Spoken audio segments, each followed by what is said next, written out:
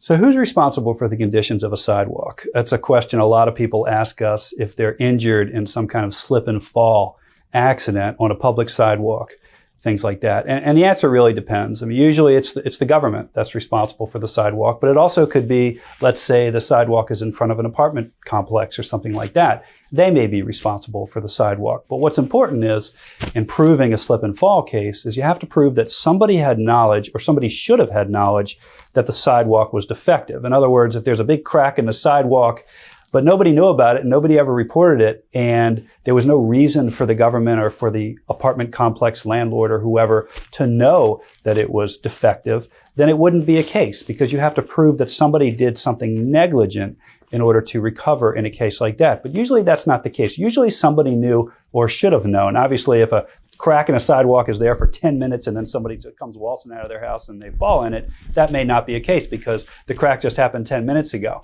Unless, of course, somebody intentionally made the crack, then you would go after that person. But usually, things like wet spots in supermarkets or cracks in sidewalks, they're there for a little while, and somebody knew or should have known, and there's cameras and video and things like that. And if you can show that they knew or should have known that there was some kind of a defective spot there, something that was going to be dangerous, we call it reasonably foreseeable to be dangerous, then you're going to have a claim. And most of these kind of cases turn out to be valid claims. If you fell on a sidewalk, if you fell at a supermarket or anywhere else, and you have any kind of questions at all, whether or not somebody might be responsible for it, give us a call. We'll be happy to answer your question. It's a free consultation. Fill out a form on our website. Give us a call from the phone number on the website. Call me directly anytime. We'll be happy to answer any questions you have about slip and fall injuries.